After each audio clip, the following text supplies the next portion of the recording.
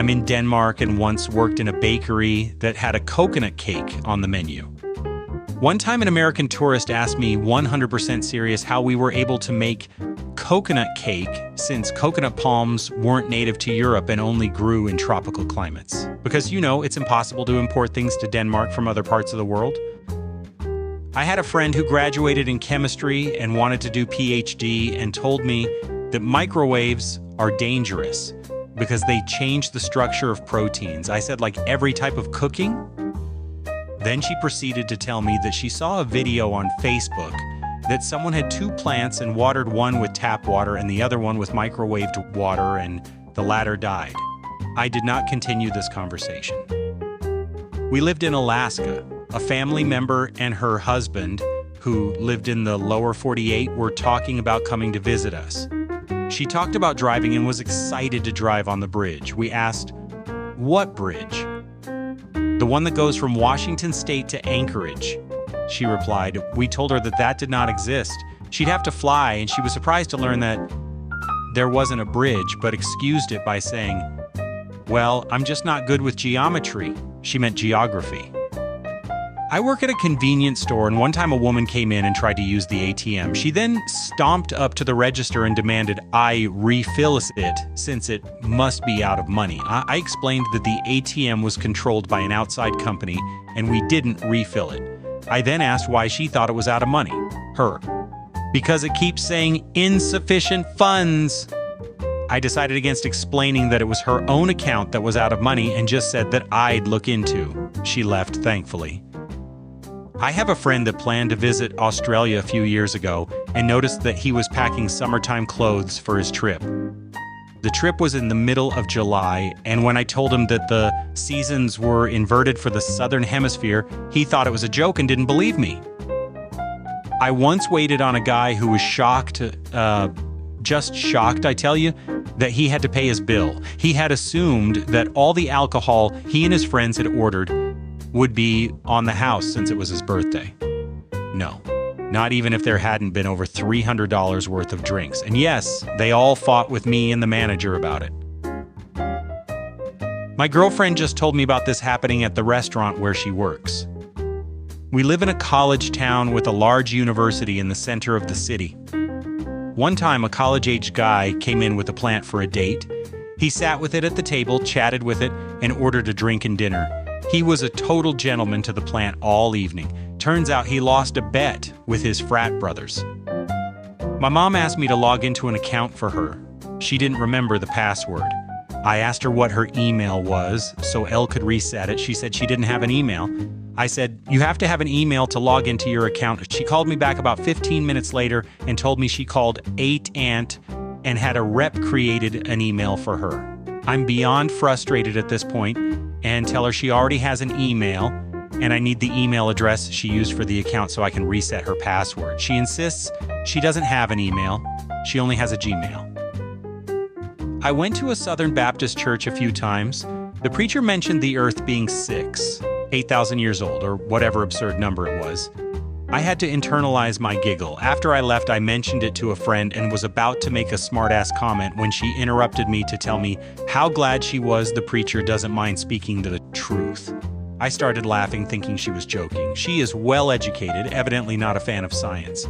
She proceeded to tell me that things like carbon dating haven't been proven, but the Bible, solid proof.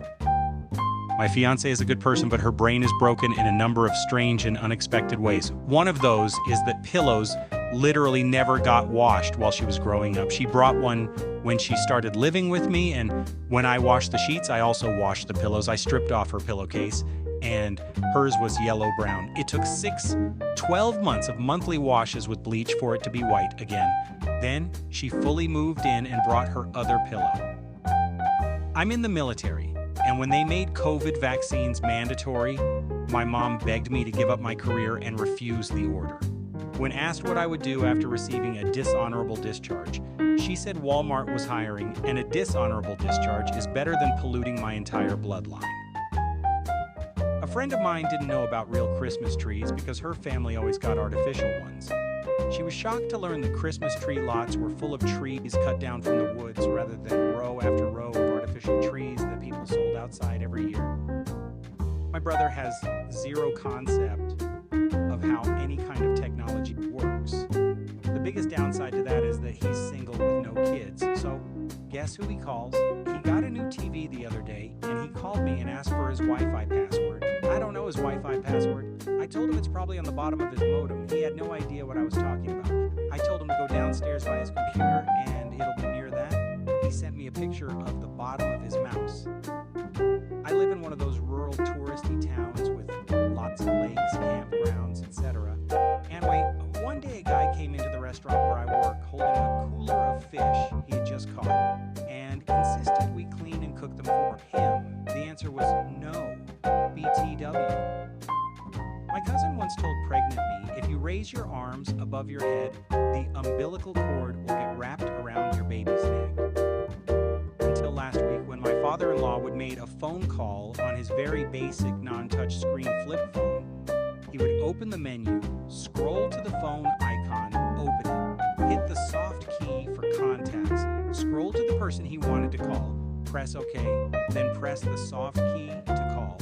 When he mentioned how he preferred his landline because he could just dial the number, I said, humor me, just dial the number and hit the talk button. I've never seen a man so simultaneously grateful and embarrassed. One time my friend and I were hanging out in his apartment. All of a sudden I hear a whoosh and look over at my friend and his hair is on fire. We got it out quickly and I asked him what the hell just happened. He told me, I was trying to listen to the sound the lighter made when I flicked it. A 22-year-old college friend who traveled extensively was unaware of the concept of time zones. I had to explain that when I was in Oregon and she was in Maryland, her 5 p.m. was 3 hours before my 5 p.m. At the start of the pandemic, my mother called to tell me that she thinks I have the coronavirus. I have seasonal allergies and no symptoms related to the virus BTW. She then proceeded to tell me that scientists discovered the virus cannot live over 133 degrees Fahrenheit. At first I got excited that a breakthrough had been made and thought maybe I missed the news announcement. Then she said, yeah, so they are saying if you plug in a hairdryer and keep breathing in the hot air, it will kill the virus and you will be fine. I immediately started cracking up because I thought she had made a joke. Then she got very offended and said it was a real scientific video she saw on Facebook. Facepalm. My aunt got a new iPhone and didn't understand why the fingerprint scanner didn't work. She wasn't bothered by it. She just used her passcode every time. As the family tech guy, I was curious why it didn't work and why someone wouldn't be bothered that a brand new phone's feature didn't work. After thinking for a moment, it clicked. I asked, who set up your phone? She responded, my daughter. I walked over to my cousin and said, stick out your thumb and surprise it worked. Like mother, like daughter. Neither understood that fingerprints were different from person to person.